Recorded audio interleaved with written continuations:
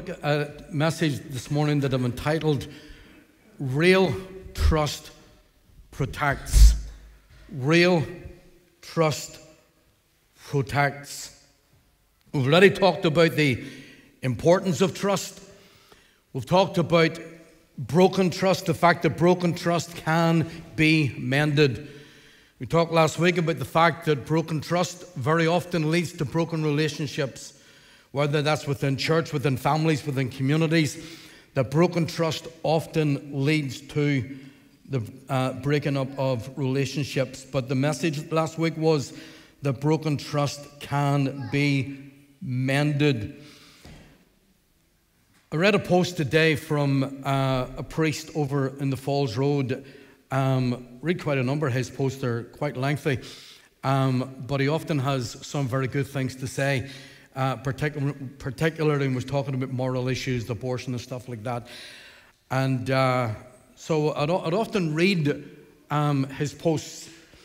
And his post this morning, he just laid it out in terms of how that his life was damaged as a boy, and how that it was damaged as a boy, first of all by a babysitter when he was only 4 years of age, and then when he was 6 years of age by another babysitter, and then when he got a bit older, a boy joined the choir in the chapel, and then it was the priest's turn. He himself has become a priest, and he's very well respected over in West Belfast. But he laid it all out in terms of how that he trusted people, and how that trust was broken, and how that it damaged his life. But also finished off by making the point that, because he actually told quite a good story about seeing his reflection in the window of a shop, and as he looked at himself, he wondered where he was, even as an adult, as a priest. And he said how that he went and searched for himself. And he mentioned the places that he went to across Belfast in order to find the boy and the man that was lost. Really good story, but finishes well in terms of how that he believes that he found himself and so on. I pray for this priest. I've had an opportunity to meet priests over in the Falls Road and talk with them and answer questions. And so we pray for him.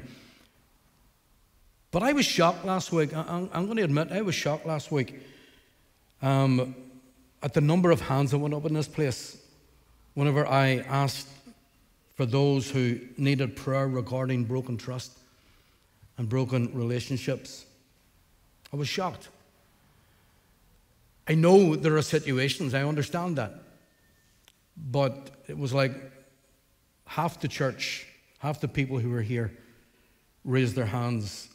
And we continue to pray into those situations. But this morning I want us to understand, I want you to understand that when it comes to real trust, that real trust is naturally protective. Real trust keeps us safe. And I talk about real trust being naturally protective because there's something natural about the protection that trust gives us. It should be natural. It's not something that we should try to manufacture. Trust in itself should naturally project and produce protection. A new baby, for example, newborn baby, does not need to be taught to trust. From the very moment that that baby is born and is placed into his or her mother's arms, that child at that moment has nowhere else to go, nothing else to do but to trust the person that's holding him or her at that moment in time. And there's a natural response from that child to trust the person that's holding him or her at that particular time. This is not a mental application. This is not a mental assent to what's going on at that moment in time, because the baby doesn't know. But there's just something natural about that moment where the child is embracing and allowing itself to be embraced by his or her mother. And at the very same time, the mother naturally and instinctively holds the child in her arms. And holds that child in her arms in a manner that's saying that, and she doesn't need to speak the words, but the very action at that moment of time and what people see at that very moment is that it's like the mother, by embracing that child, is saying, I'm not only going to love you, but I'm going to protect you. I'm going to care for you. I'm going to look after you for the rest of your life as long as God gives me strength, and so on. It's a very natural thing. The child embraces the mother embraces the child. And in those moments, trust becomes evident. And in those moments, trust is expressing love and also expressing protection. Real trust protects. Chosen as verse, Proverbs 29 and verse 25, where Solomon declares, fear of man will prove to be a snare, but whoever trusts in the Lord is kept safe. Whoever trusts in the Lord is kept safe. Now, this is the ultimate of trust. I understand that. I want to broaden it out. I want to make it more general in terms of our trust with each other. But ultimately, when it comes down to our relationships on earth and our relationship for eternity, then God has to be a major factor within it. He has to be the ultimate in terms of trust. And so Solomon says fear and snares. He said that because he understood what that meant. Very often when you read what people wrote in the Word of God, they're not just writing something that they're copying from someone else's book. They're writing from their experience. And most people who present sermons, yes, we read what other people are saying and so on. But when we present the Word, hopefully it's not just because we were motivated, inspired by what someone else said, but we're bringing to you stuff that's coming from our own experiences in life. And that was Solomon. Solomon understood what it was to fear. And so when he says fear and snares, he understood what that meant. He understood that there were times in his father's life and David's life and in his life as king, he understood that there were those circumstances where fear trapped him and ensnared him. And some of us understand that. Some of you people, some of you men especially, you understand the situations that fear has gotten you into. I've known that in my life for at least 50 years. Understand what it is to be almost crippled by fear, where you lock your doors, you don't go out for a while. You drive up and down the street, you look at hedges, you look at cars, you're checking everything around. Fear ensnares, fear traps people. Solomon understood that. But when trust is rightly placed, trust keeps you safe. And I say rightly placed because you've got to place the trust in the right person. And if people place their trust in you, then hopefully they're placing their trust in the right person. We talked about the fact that love and trust are not the same thing. They're not the same thing. Yet there are certain qualities about love and about trust that are the same. And one of them is this protective nature. Love and trust both have a protective nature. In fact, Paul tells us in 1 Corinthians 13 that love always protects. Is that, love is patient, kind, gentle. And he says love always protects. But he's talking about real love. He's talking about Christian love. He's talking about godly love. Agape, it always protects. It does not seek to damage people. It's not out for its own benefit, for its own gain. That's not what real love is. That may well be human love, but real love, agape, godly love, always protects. And that same protective nature also applies to trust. So that love and trust may be different, but they both share this protective nature. So this morning I want you to grasp this fact that real trust protects. Fear ensnares, but real trust protects. Real trust keeps people safe. Trust keeps children safe. Real trust, not false trust, like the priest talked about in his post this morning. Not false trust. Real trust keeps children safe. Real trust keeps vulnerable adults safe.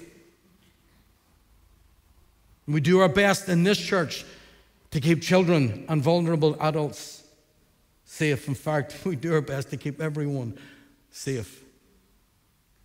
Real trust keeps relationships safe, in a safe place, and those within those relationships. When trust is broken, then there's damage within relationships and within those lives. Real trust keeps people's feelings safe. People's feelings are important. We sometimes want to brush over stuff. Oh, he said, she said, doesn't matter about this and that. It does matter. People's feelings matter.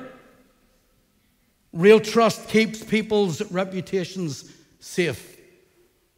Real trust protects. We talked about Saul of Tarsus. I want us to look for a few moments of Saul of Tarsus again this morning. We all know that whenever Saul became a Christian, that no matter how great his testimony was, and he had an awesome testimony, but no matter how great his testimony was, no matter about the fact that he was confronted by the risen Christ. I mean, Jesus had died. We sang about it this morning. We've been encouraged about it today.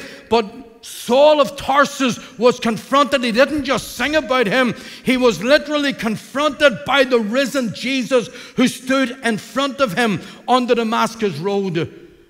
Imagine having that as part of your testimony. Imagine you're driving or you're cycling down the Shankill Road and Jesus steps out of Andrea's milkshake bar.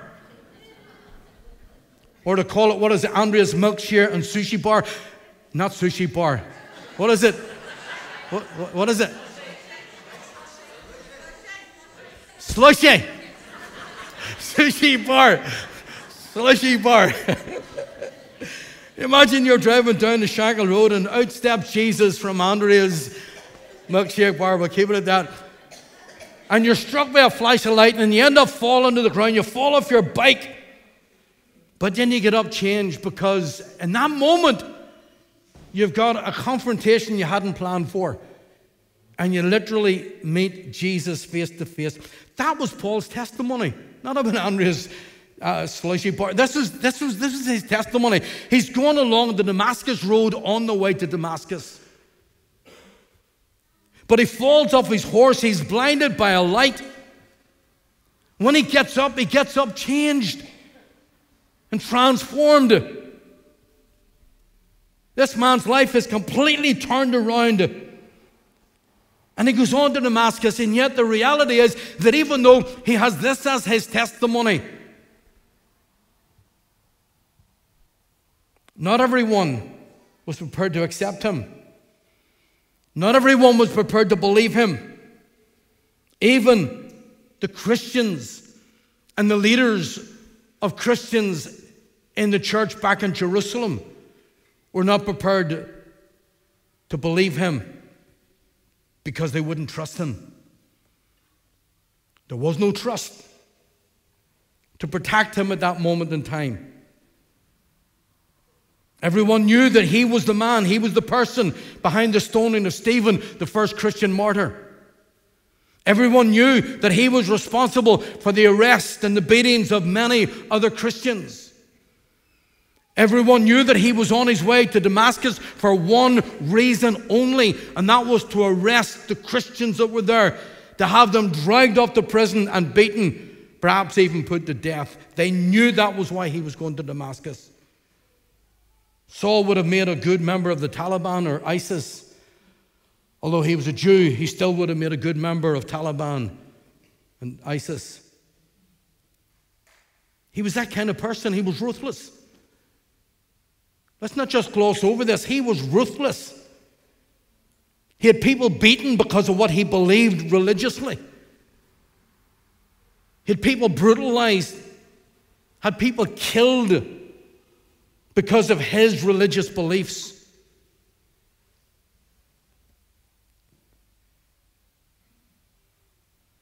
Well, what most people didn't know was that by the time he would arrive at Damascus, he would be a Christian. I mean, what a turnaround in this story. Oh, the history of Saul of Tarsus and all that he'd been doing, the stoning of Stephen, now he's heading off in order to get some more Christians. But the time he gets there, he himself is a Christian. The Christians in Damascus, you read the story, you'll see that they embraced him because Ananias was able to go to pray with him. See his sight restored and the Holy Spirit filling Saul of Tarsus, and God speaking to Ananias and letting him know in Damascus, this man is now a believer. This man is now one of you. He's a Christian. And Ananias was able to share that with the Christians in Damascus, so they embraced him. But the Jews in Damascus tried to kill him. They tried to kill him because they saw him as a traitor to their faith. And so the Jews turned against Saul of Tarsus.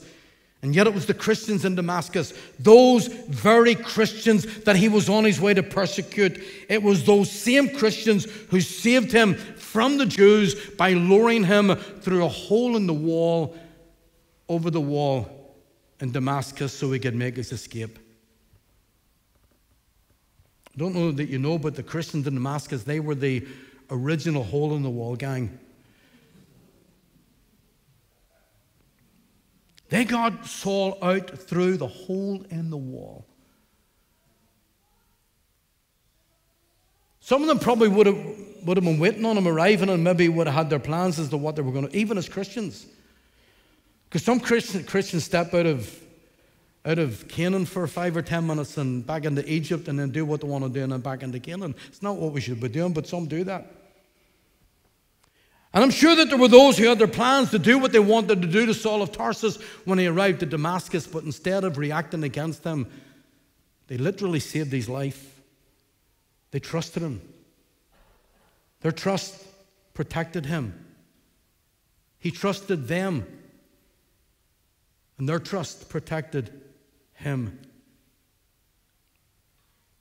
And so he made his way back to Jerusalem. When he got to Jerusalem, he tried to meet up with the Christians in Jerusalem and tell them that he now was one of them. But they didn't believe him because they wouldn't trust him. That was okay in Damascus, but now he's back in Jerusalem. They knew the person that had left the city. Now he's coming back to tell us that he's one of us. No, they thought this was a ploy. Sometimes you think that way. They thought this was a setup. And so they rejected him because they didn't trust him. The Christians in Damascus, they trusted. They created the safety zone for him. They protected him. They got him out of the city because the Jews wanted to kill him. He goes back to Jerusalem, and now the Christians there, they won't trust him. They won't accept him. I'm thinking if this had him in Belfast, such a story as that, we'd have had him on the next Your Voice. We'd have had him standing up giving his testimony, but not in Jerusalem. He didn't tick all the boxes.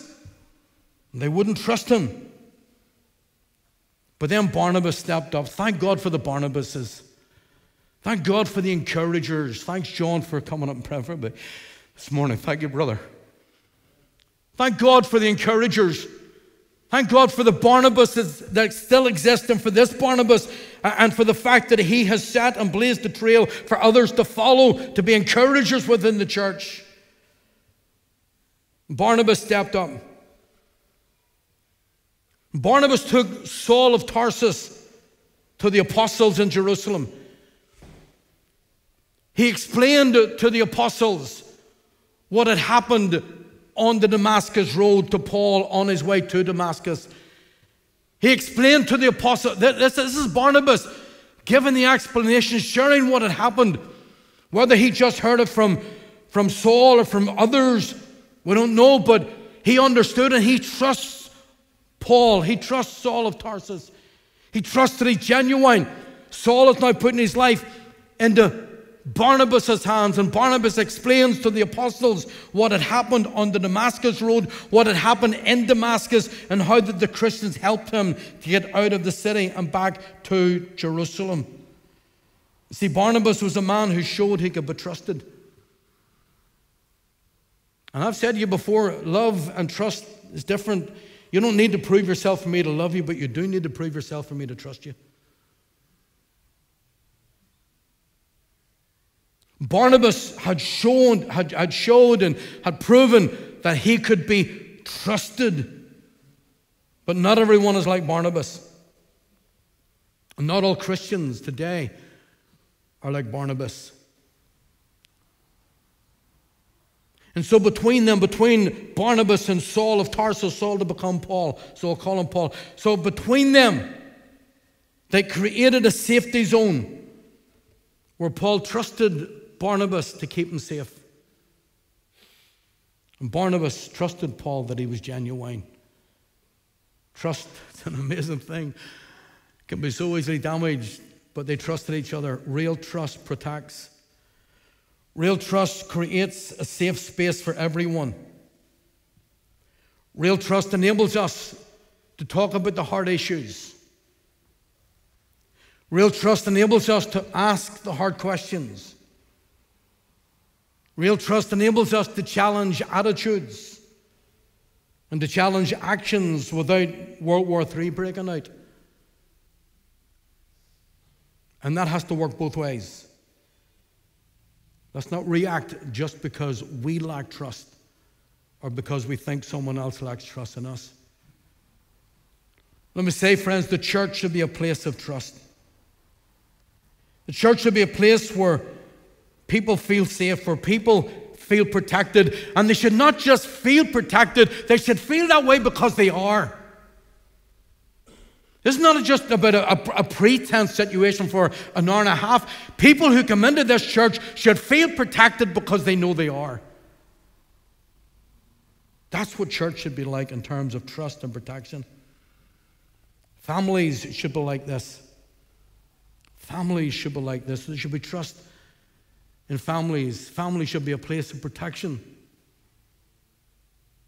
I know if Sally had been here last week, Sally's hand would have been up. I know that. Real trust. It should exist within families. Families should be safe places. Our group of friends, whoever we associate with, whether it's sitting in the cafe, playing a game of pool, Wednesday night, whatever the case is, our group of friends, those that we connect with, they should be safe places for all of us. Our ministry teams should be safe places. Those looking after the children right now, the leaders should know that they're protected from each other. They should know that there's trust among them. The children should be protected by those looking after them and caring for them as we're having church right now. But it's not just about the children's team. Every ministry team should be a safe place for every person on that ministry team. The worship team, everyone on that worship team should all feel safe with each other. Should all feel that they could trust each other. Should all feel that they're protected by each other. Our leadership team within the church, the main leadership team, we should all feel the same. That there's trust within our team, that we're protecting one another. Whether it's the men, the women, the youth, whoever it is, whatever team it is, there should be a sense of trust and a knowing that there's protection within those ministry teams. And that protection should not just exist whenever we're together. I should not just feel safe because you and me are talking with each other. I should feel safe with you even though you and I are not standing talking to each other. That trust should apply right across the board in every situation, in every circumstance of life. These should be places of trust. These should be places of safety and security, but sometimes it doesn't work out that way. We all hope it would. We all hope that life would be like that, but life's not that simple. And it doesn't always work out that way. And if there's brokenness, and as we said last week, hopefully it will be mended, because when brokenness is mended, when the trust is mended, then I tell you, it will bring protection. Trust, real trust will protect. Barnabas and Paul, we looked at it last week, they fell out with each other, not because they had an issue with each other, but over John Mark who wrote the gospel. the second gospel. Paul got to the point where he couldn't trust him. He was Barnabas's young cousin, and Paul couldn't trust him because he walked away in a situation. But Barnabas and Paul remained friends. And then finally they worked out their issues, and the relationship with Mark was also restored.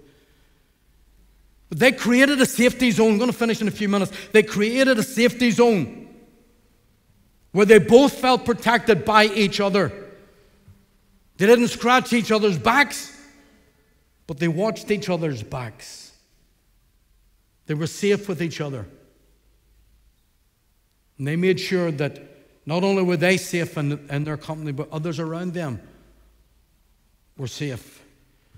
Friends, we need to feel safe around each other.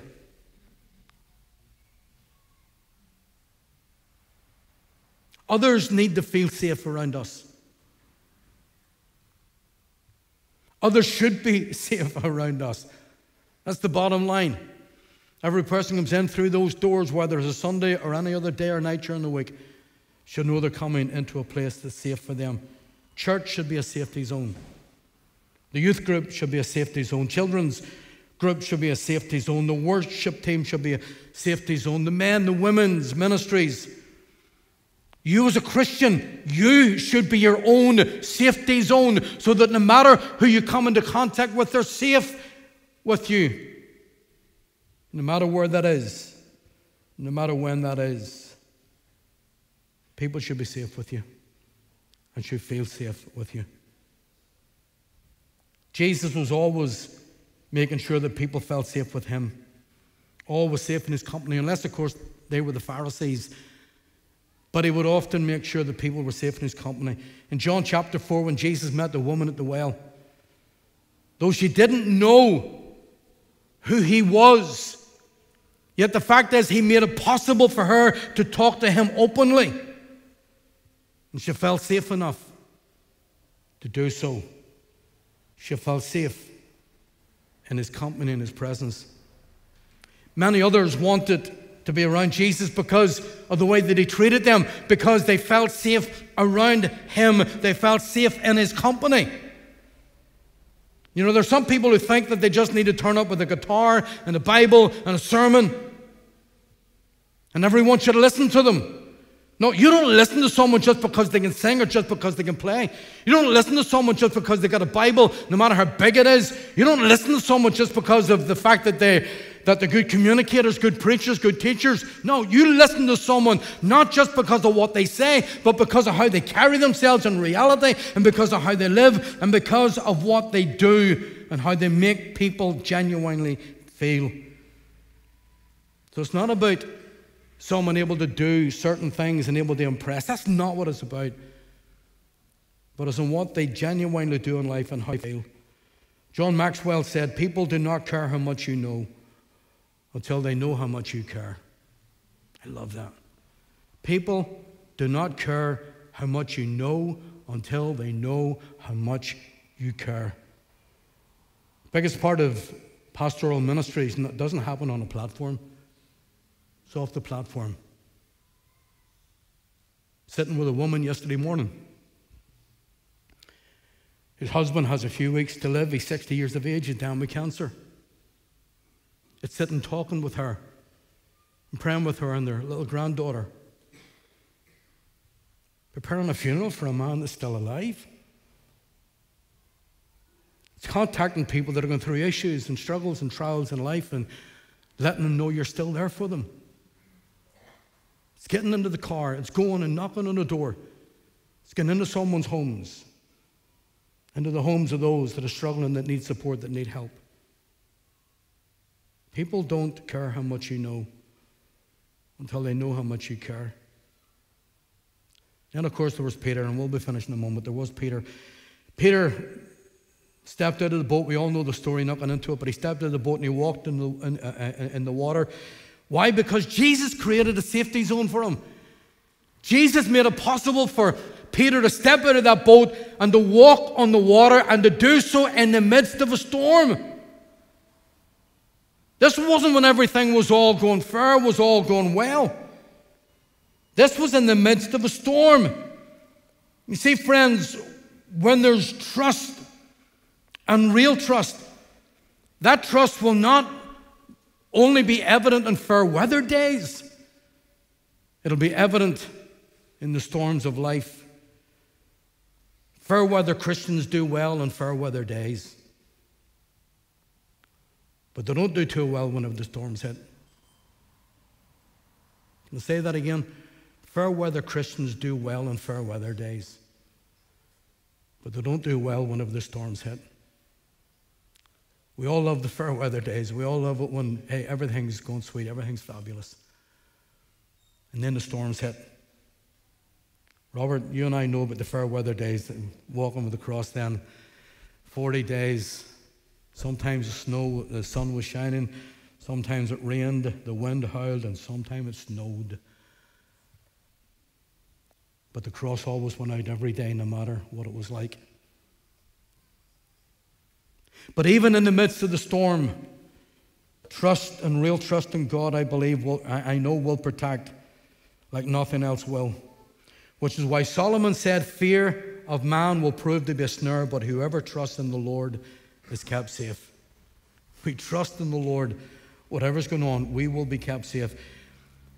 But what do we need to do?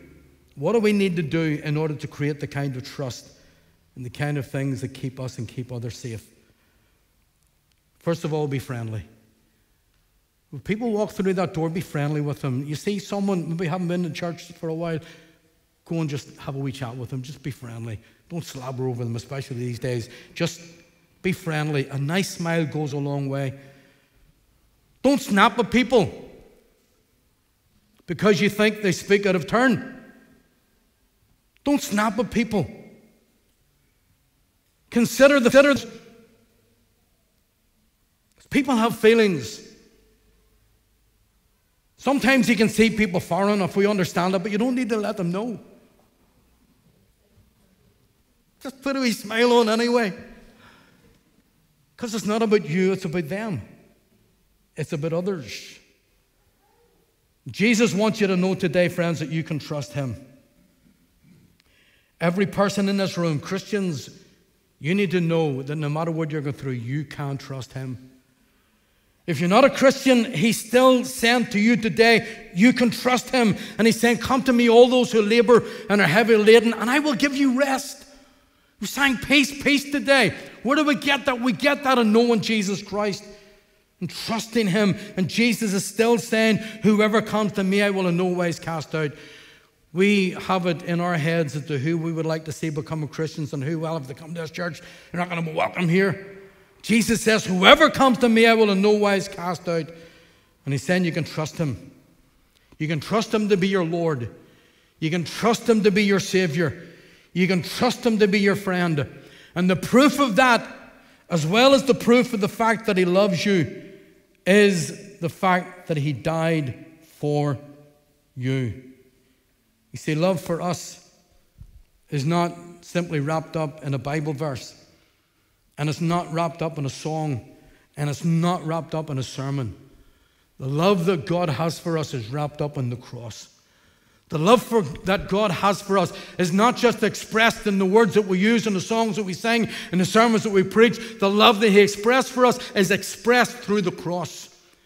And he expresses that to every person in this room today that's not yet a Christian. And he's saying, I still love you.